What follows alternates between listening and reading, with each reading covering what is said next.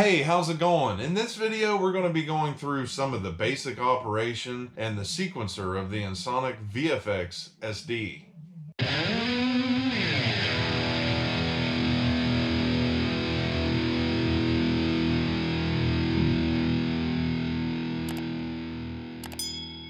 I just got this thing, so I'm still learning it a little bit. It's real similar, if not almost the same in operation as the TS series. Now these have polyphonic aftertouch. These are notorious for having the calibration errors come across the screen. This is caused by a connection between two boards in here that people solder and direct connect the connection, and it makes it stop doing that. This one is in very good condition, and luckily it's not having any of those issues yet, so I'm just going to be real careful with it and hope it never starts doing that, or I'll have to work on it. When you turn these on and it's calibrating, it's going to ask you to not touch anything. This has the presets, which is layered sounds, sequencer section. This takes a cartridge that you could get with extra patches and stuff, and that will switch it into cartridge mode. These are the internal sounds. As you press these buttons, internal 1, internal 2, internal 3, and so on, all the way to 9. These buttons will take you through pages up here of the different modes. So usually you'll have 10 buttons for each mode. This keyboard didn't sell very well, so Ensoniq sort of added a few revisions to it and came out with the SD1. So that is the next keyboard in this generation. So VFX, VFX SD, and SD1. The sequencer operating system is loaded on these with a 3.5 floppy. If you was to ever initialize this, your sequencer operating system won't be here, and you will have to have that disk to load it back on here. I just got this and it didn't come with any discs. I'm not going to initialize or do a hard reset on this because I'll lose some information that I need a disk for. I'm not 100% sure, but I think some of the patch banks in this is also loaded from that boot disk. I know the sequencer operating system is. The latest version of the sequencer operating system they call 2.10, just in case you wanted to know. So let's get to this board. It started up on Arctic Elate.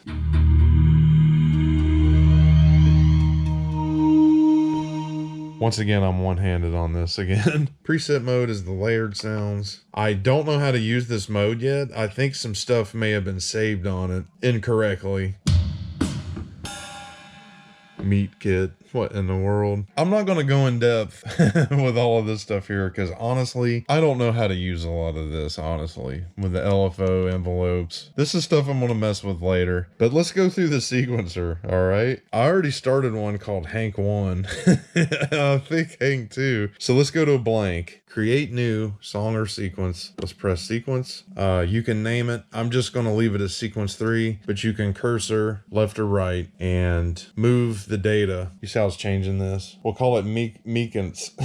Mequence. So yes, goes to this page with signature 4/4. Yes. Okay, it's created. Track 1 through 6. And your sequencer tracks come up over here. It started us out on this sound for track 1.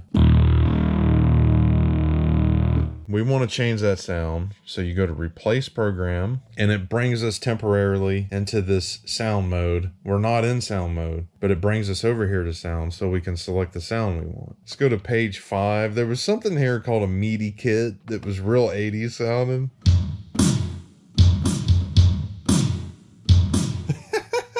Okay, let's mess with that. Sequencer control here will tell you different information. The clock is internal. It's not sunk with anything through MIDI or synced, however you say it. Record mode is replace, meaning that it will replace if you record over something that you've already recorded. You can change any of this stuff by moving the data slider. Mix down, looped, add, all this stuff. I'll leave it in replace. Tempo is at 121. I guess that's fine. If you wanted to change that, you would press this button and then change it around. Let's just bring it to like, I don't know, let's just randomly put it on something. 92. Auto punch off. These are the click settings. Yes, I want the click to record. Count off on record. Yes, that's the volume of the click. We'll leave it there. Locate just gives you location information on the sequence. Now, we haven't started a sequence yet, so what you have to do is on the first track, you play what you want to play, and however many bars you want to go, you hit stop, and it's going to calculate how many bars you went and ask you if it's okay. You know what? We're just going to go 4 bars. Hold record, press play.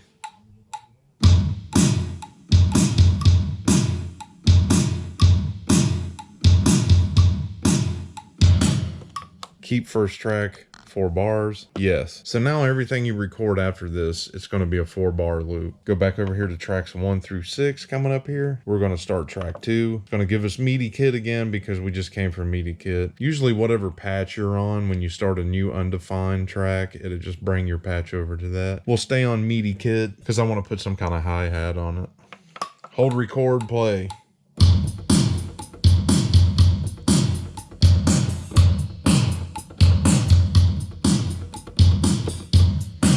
Once the 4 bars goes by, it brings us back up. You can play the original track, which would have been blank. Anyways, we want to keep the track that we just played. Keep. Now, what sound do we want next? Track 1 through 6. The next blank track is track 3. Bringing MIDI kit over here, which I don't want. Program replace. It's in internal sounds right now. I could press this cartridge button twice, and it brings you to the ROM sounds. You have 10 pages of ROM sounds. Stack bass. Yeah. Let's go with that. Hold record, press play, count in.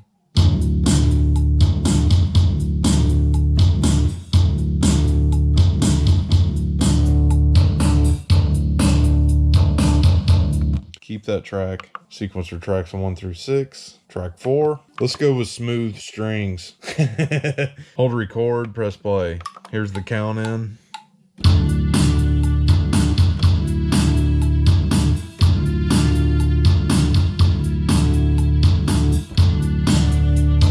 Keep track. Back to the sequencer tracks. We're on track 5 now. Let's go with Kodo Dreams.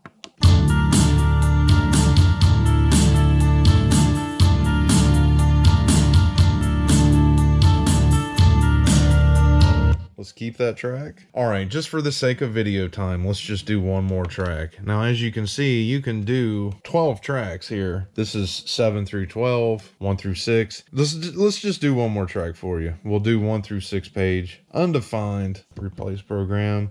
Just for the heck of it, let's go to a ROM sound. Press the cartridge twice. Now we're in the ROMs. Man, what am I going to do here? Cathedral? Yeah.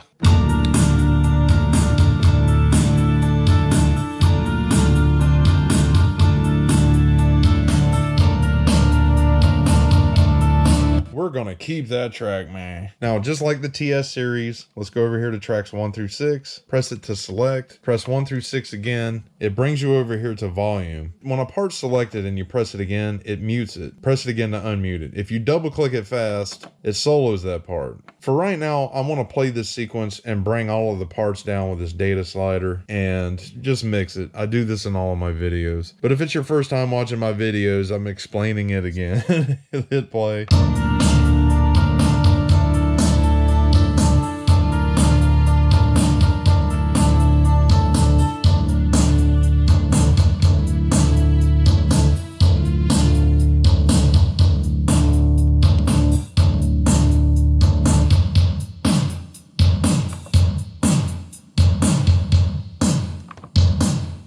Which I'm going to make sure the cymbals can be heard.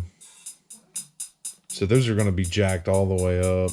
Master volume, because they're kind of low. Now let's bring the kick and snare up to that.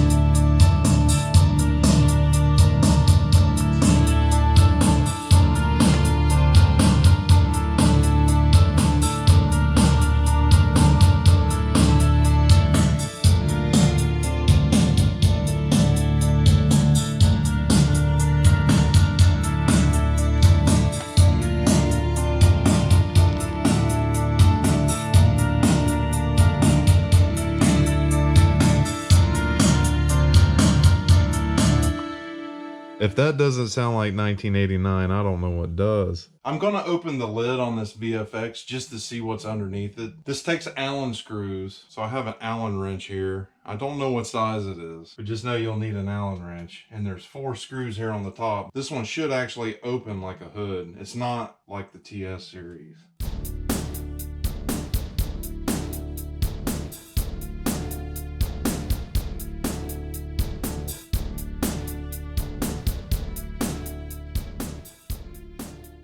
I guess it's good to open these things up because you'll have dust through here. The keys are usually dirty on the sections that go underneath the lip. This was actually pretty hard to open. I almost didn't want to open it because I was afraid I'd break something. But I watched a video where a guy just forced it and it came open. And the reason why it's hard to get open is that top screw piece, it actually goes into this cavity. So when you close it and open it, that cavity seats over that. So that's what's holding it. You just have to be careful with it and get it over that lip on these 2 places right here, and it'll open up like a hood. And I can see already it's good I did this because that power board is loose. I'm gonna need to tighten that up. This nut's loose. From what I've read, version 2.0 is the last operating system for this, and it's got 2.0 in it. I'm gonna guess that that is RAM or ROM. I don't know where the sequencer expansion chips are in this, but I don't see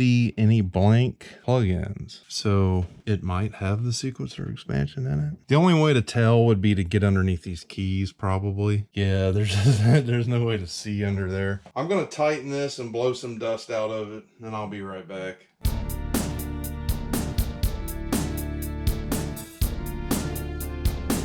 It's pretty clean now. I tightened this power board up. There's no real reason to pull this thing apart, so I'm just gonna leave it alone. Everything works fine on it. There's these internal batteries that are notorious for going bad. So far, everything's okay on this. Go over everything, make sure nothing's loose.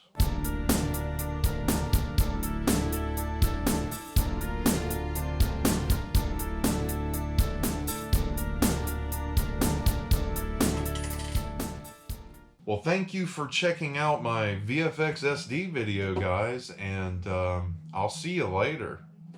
Subscribe.